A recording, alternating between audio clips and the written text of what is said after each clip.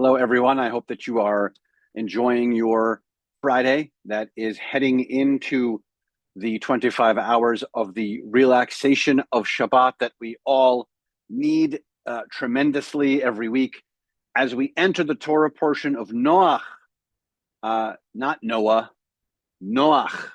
Gotta say it with the right inflection from our throats, Noach. And as you can see behind me, the ark and the flood and the story that we know so well, the fun and light-hearted, usually story of rainbows and animals and giraffes and all that fun stuff that occurs for us in the Torah portion of Noach, this second Torah portion in the Torah in the book of Genesis, as we just started our Torah again.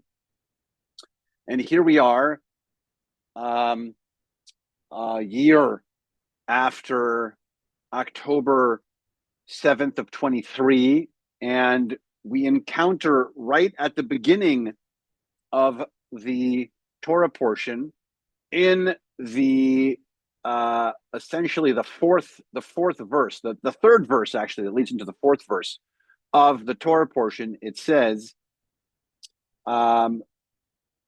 ותחשת הארץ לפני האלוהים ותמלא הארץ חמס. It says the earth became corrupt before God. The earth was filled with Hamas. And here we have this origin word of the word Hamas, this word that is defined in many ways, including lawlessness and disarray, if we will. There is a lot of ways to define this word, including, like I said, lawlessness, violence, wrong. All of these types of words combined to connect to this horrible word of Hamas. And when we think of Hamas, we think of course, Hamas. We think of this terror organization that not only continues its terror in our homeland, but also, unfortunately, inflicts dangerous rockets and horrible terrorists that still are coming through whatever tunnels are left. And here we are, filled with Hamas. Here we are.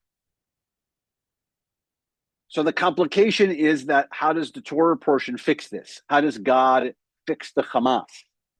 God fixes the Hamas with a flood.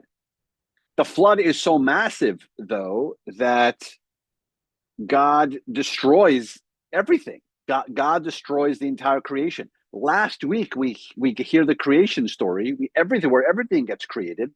Two creation stories last week, actually. One is the one that God creates, day 1, day 2, day 3. And the second is the story of Adam and Eve in the Garden of Eden.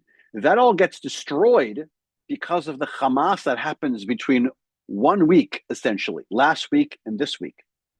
And then everything gets destroyed. And in that destruction, when the water sort of comes back to the ground and the dove is sent out eventually, and the olive branch in its mouth eventually, the thing that God brings forth is the rainbow. This covenant that God makes with us to say, God says, I'm not going to erase the earth again with this flood.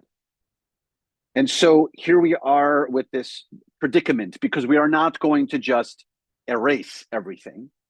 So the question is, how are we going to deal with the Hamas? How are we going to deal with the lawlessness? How are we going to deal with the violence in general around us? And how are we going to deal with the Hamas that is the actual Hamas, the terrorists in our midst? And so, by the way, I don't think it is by climbing into an ark anymore, secluding ourselves in that ark, and getting onto that water and hoping that on the other side, the Hamas will be gone, that the flood will clear out Hamas. I think that the way that we do that is through our love of Israel, through our support of Israel, through our knowledge of what's going on in Israel. Every single day, all day, I think that we can be checking in with our good news sources. And I think that that's how we figure out how to support Israel, to be able to support not having this Hamas anymore, not having this lawlessness.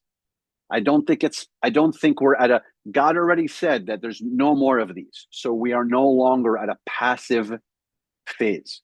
So on this Shabbat, I hope that we will look at this beautiful story, the fun story, the story with all the fun songs and the fun imagery that exists for the story of Noach, but also the idea of it becomes our job to somehow rid our world of that Hamas, of that lawlessness.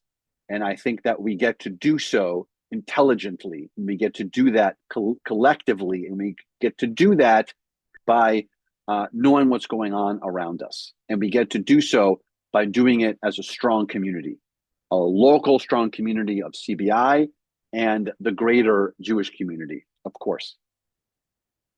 Services are not that far away. It is the Torah portion of Noach. So our services are Noach's bark tonight. That means we have our pet-friendly service. So please come to services tonight with your pet. They don't have to be dogs. Any one of your pets. We look forward to a light and festive and wonderful service with you to be able to celebrate this covenant, to celebrate ultimately the fact that we get through this flood together. So services are at 6:30. Noach's bark tomorrow morning is our regular service and Torah discussion at 8:30 a.m. And we look forward to seeing you there, where we will be discussing intricately the various sections of this week's Torah portion. Let's continue to put, as we have for many weeks now, as much shalom as we possibly can into our Shabbat.